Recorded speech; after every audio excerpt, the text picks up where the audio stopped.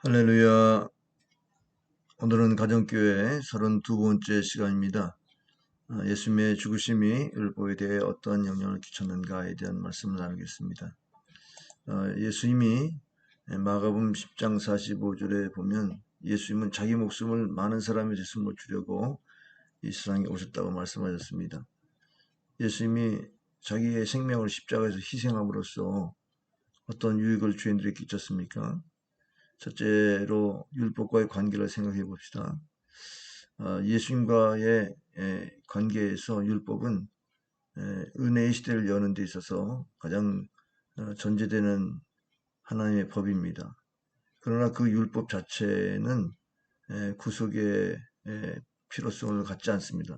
왜냐하면 도덕적 율법은 하나님의 도덕적 의지의 표현으로서 그 자체가 의롭고 거룩하고 선하기 때문입니다. 다시 말해서 율법 자체는 예수님의 보혈이 필요 없는 의롭고 거룩하고 선한 것입니다. 율법이 되게 대표적인 10계명에서 보면 1에서 4번째 계명까지는 하나님께 대한 사랑, 그리고 5번째부터 10번째 계명은 이웃사랑의 계명입니다. 이것이 이제 주님께서 우리에게 주시는 율법의 강령이죠. 율법 자체는 인간 자체를 예방하는 높은 계단의 난간 같은 역할을 하는 것입니다. 그러면 율법에서의 구속이란 무슨 뜻인가? 세 가지로 나눠 말씀드리겠습니다. 첫째는 율법의 저주에서의 구속입니다.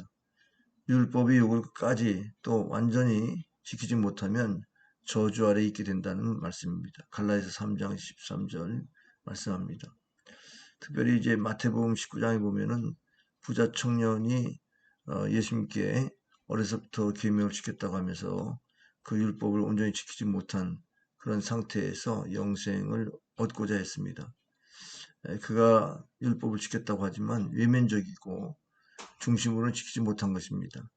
그렇기 때문에 예수님께서 그의 재산을 가난한 자에게 나눠주라고 하는 말씀을 실천하지 못하고 말았습니다.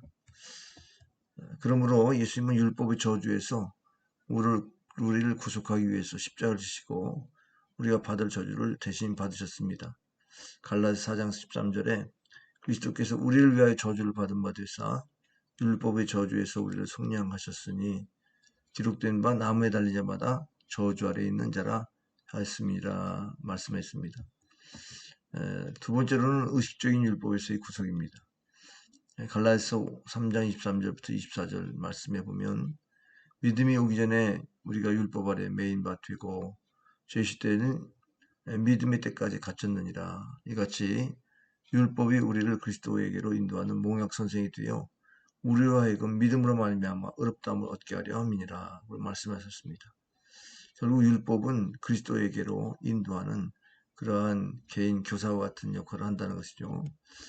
도덕적인 율법, 의식적인 율법, 법정적인 율법 중 의식적인 율법은 구약시대 때에 오실 메시아의 약속, 곧 그리스도의 속죄의 사역을 예표하는 것이었으나 예수님이 오심으로써 말미암아 그림자가 실제화되었으므로 의식적인 율법의 사명은 끝난 것입니다.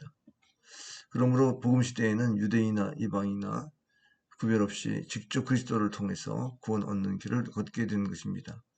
갈라디아서 4장 3절부터 5절 말씀해 보면 이와 같이 우리도 어렸을 때에 이 세상 초등학문 아래에서 있어서 종로로 사있더니 때가 참에 하나님이 그 아들을 보내사 여자에게서 나게 하시고 율법 아래 나게 하신 것은 율법 아래 있는 자들을 속량하시고 우리로 아들의 명분을 얻게 하려 하심이라 말씀하셨습니다.